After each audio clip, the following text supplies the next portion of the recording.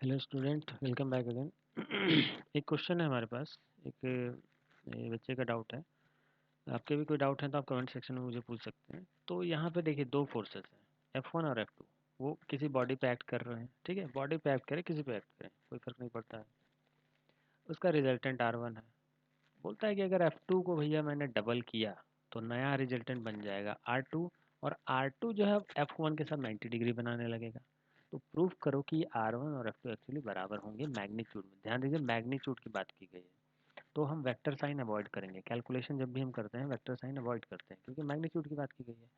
देखिए, अगर आपने वेक्टर अच्छे से पढ़ा है ना, तो आपको बेहतर पता होगा कि वेक्टर का मैग्नीट्यूड कैसे निकालते हैं। देखिए, वेक्टर का मैग्नीट्यूड निकालने का फॉर्मूला क्या है, R is equal to root of, अगर दो वेक्टर हैं A square plus B square plus 2ab cos theta. Cos theta क्या है, दो वेक्टर के बीच का एंगल।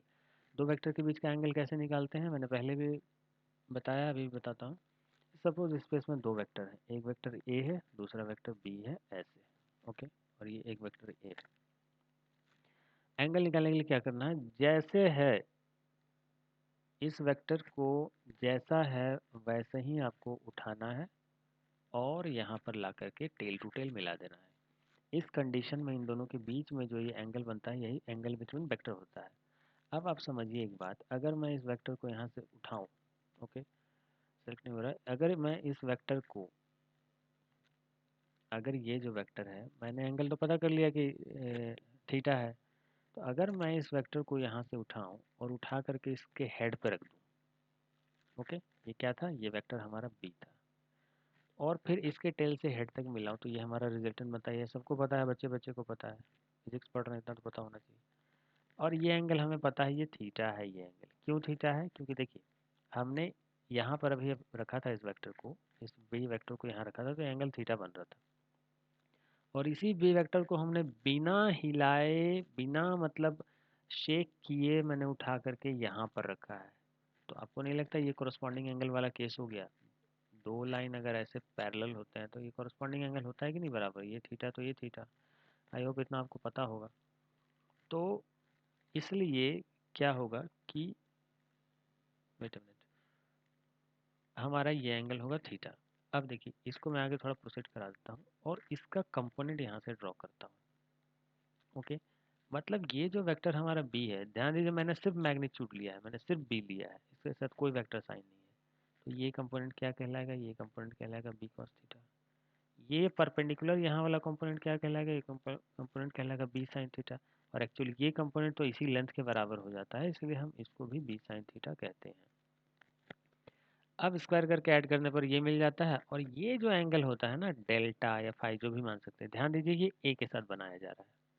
तो ये जो टेन डेल्टा एंगल होता है, ये कैसे निकाला जाता है, आपको पता है। अगर कोई ट्रायंगल ऐसे राइट एंगल ट्रायंगल है, और उसमें आपने ट्रिगोनोमेट्री में पढ़ा होगा कि अगर ये एंगल डेल्टा है तो टेन डेल्टा कैसे निकलता है, परपेंडिकुलर बाई बेस। यहाँ परपेंडिकुलर कितना है, बी साइन थीटा। यहाँ पे बेस कितना है, ए प्लस बी कॉस थीटा। ध्यान से, पूरा का पूरा यहाँ से लेके यहाँ तक बेस है, तो ये हो जाएगा ए प्लस बी कॉस थीटा। ये हमारा एंगल है।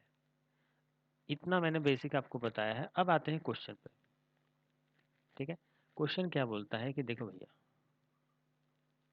क्वेश्चन ये बोलता है ना कि आपके पास दो वेक्टर है F1 F2। एक वेक्टर इधर है F1, ध्यान दीजिए मैंने इसे ए की जगह पर लिया, F1 लिया। और दूसरा वेक्टर है यहाँ पर F2। F2 कहीं पर भी था, हम उठा के इसे तो इसके हेड पे ही रखेंगे। तो फिर आपको मिल जाएगा एक रिजल्टेंट, और इस रिजल्टेंट का नाम है R1, ठीक है। तो यहाँ जो R1 है, इसके साथ कुछ एंगल बना रहा होगा, हमें भी मतलब नहीं है, लेकिन हम मान लेते हैं, चलो भैया तुम दोनों के बीच में एंगल था थीटा, तो यहाँ पर एंगल हम थीटा मार्क कर देते हैं। क्योंकि ये वेक्टर को आप यहाँ भी रखते टेल टू टेल मिला करके, तो थीटा ही एंगल मिलता, दोनों बराबर होता है, अभी बताया मैंने। तो ये एंगल है थीटा, ओके। अब बोलता है ना कि देखो, नेक्स्ट केस में F2 को हम डबल करने जा रहे हैं, F2 इज डबल। तो ठीक है भैया, डबल करने का क्या तरीका है, इसका लेंथ डबल करना पड़ेगा, तभी तो मैग्नीट्यूड डबल होता है। हमने लेंथ डबल कर दिया। उस केस में बोलता है कि अब जो रिजल्टेंट बनेगा, ये रिजल्टेंट है, वो बोलता है R2। और ये जो रिजल्टेंट बन रहा है ना डबल करने पर, बोलता है ना कि देखो भाई ये एंगल 90 डिग्री बन गया है। बोलता है the new resultant is R2 forms right angle with F1। ध्यान से देखिए, ये F1 के साथ 90 डिग्री फॉर्म करेगा। भले यहाँ नहीं कर रहा, दिख नहीं रहा है 90 डिग्री, लेकिन आपको एज्यूम कर लेना है यही है भैया 90 डिग्री। ठीक है, एज्यूम कर लेना है, तभी क्वेश्चन सॉल्व कर पाएंगे। ओके, इतना क्वेश्चन। अब बोलता है ना कि प्रूफ करो कि जो ये R1 है ना, ये जो पहला रिजल्टेंट था, ये एक्चुअली F2 के बराबर है। ठीक है, ये प्रूफ करने को बोला है कि R1 और F2 बराबर है। तो कैसे करेंगे, देखिए इसमें दोनों फार्मूला का यूज होगा। अभी अभी मैंने बताया कि जिसके साथ ये एंगल बन रहा है ना, यहाँ पर हमारा पहले ए नज़र हुआ आया करता था, तो ए यहाँ पर हुआ करता था। ओके, तो हम इस फार्मूले में बिल्कुल सेम टू सेम रिप्लेस करने जा रहे हैं। देखिए हमें अभी बड़ा वाला ट्रायंगल चूज कर रहे हैं, बड़ा वाला का रिजल्टेंट क्या है, R2 है। ओके, बहुत ध्यान से मैं इसको हाईलाइट कर देता हूँ तो आप कंफ्यूज हो जाइएगा। ओके, हम इस ट्रायंगल को चूज करेंगे क्योंकि लास्ट वाला जो रिजल्टेंट है ना, ये भी ध्यान देने वाली बात है कि ये F2 है और हमने इसको डबल किया है, मतलब यहाँ से लेकर यहाँ तक की लेंथ 2F2 हो चुकी है। तो B की जगह इस बार हमारे पास 2F2 है, तो B की जगह हम रखेंगे 2F2। तो हम रखने जा रहे हैं 2F2। ध्यान दीजिए हमने बस लेंथ डबल किया है, एंगल में कोई चेंजेस नहीं आया है, पहले भी थीटा थी अब भी थीटा है, तो यहाँ पर 2F2 साइन थीटा होगी। ए की जगह पर तो फिलहाल F1 है, F1 होगी। और फिर ये हो जाएगी 2F2 कॉस थीटा। ओके, और ये देखिए डेल्टा, अभी मैंने क्या बोला, यही था, क्योंकि बड़ा ट्रायंगल मैंने लिया है तो ये तो डेल्टा होना चाहिए था, लेकिन ये तो 90 डिग्री दिया हुआ। तो हम यहाँ पर लेंगे 1090 डिग्री। भारत के बच्चे बच्चे को पता है कि 1090 डिग्री का वैल्यू कितना होता है, 1090 का वैल्यू होता है इन्फिनिटी। इन्फिनिटी का मतलब क्या होता है, इन्फिनिटी का मतलब होता है एनीथिंग बाई ज़ीरो।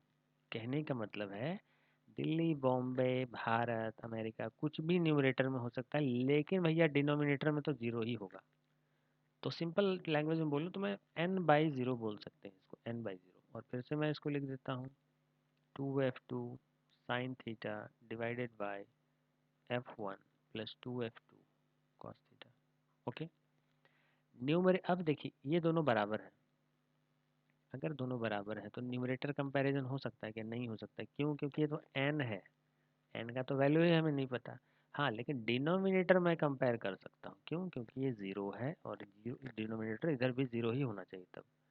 तो डिनोमिनेटर कंपेयर करने पर मुझे पता चलता है कि ज़ीरो इक्वल टू हो गया F1 plus 2F2 cos theta हो गया। यहाँ से अगर मैं कॉस थीटा की वैल्यू निकालूँ, F1 उधर चला जाएगा, माइनस ऑफ F1 हो जाएगा, और ये 2F2 फिर डिवाइड हो जाएगा।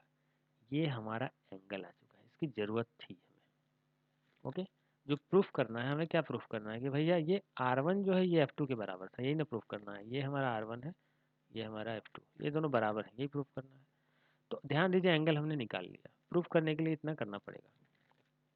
अब आते हैं रिजल्टेंट वाले फार्मूले में। अब ध्यान दीजिए, रिजल्टेंट वाला फार्मूला हम बड़े ट्रायंगल का नहीं यूज़ करेंगे, छोटे वाले का करेंगे। क्यों, क्योंकि छोटे ट्रायंगल में ही तो R1 है ना, R1 बड़े ट्रायंगल में थोड़ी है, हमको R1 प्रूफ करना है ना। तो हम ये छोटा वाला ट्रायंगल एज्यूम करने जा रहे हैं।